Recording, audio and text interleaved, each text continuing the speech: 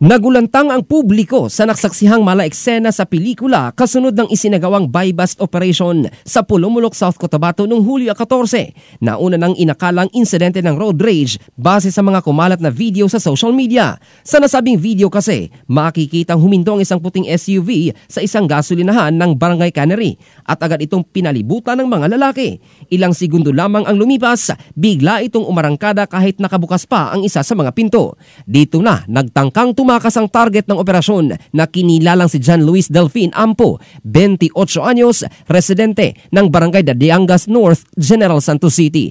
Pinaharurot niya ang sasakyan, lumiko papasok sa isang establishmento sa gilid ng kalsada at bumangga sa harang sa daan habang hinahabol ng mga operatiba. Nagulantang ang mga tao sa paligid, mga customer at mga empleyado ng gasolinahan na nagsigawan sa gulat at takot na akalay may nangyayaring pamamaril o karahasan. Kalaunay na sukol at inaresto si Ampo.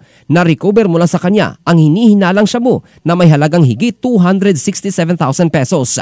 Kinumpirma ng Pulumulok Municipal Police Station na ang insidente ay bahagi ng lehitimong entrapment operation na isinagawa ng pinagsanib na puwersa ng Police Regional Office 12 at South Cotabato Provincial Police Office laban sa iligal na droga. Patuloy pa rin ang investigasyon at profiling sa mga sangkot sa naturang operasyon. In the heart of changing lives, ito si Jovel Candado ng Brigada News Philippines, the Music and News Authority.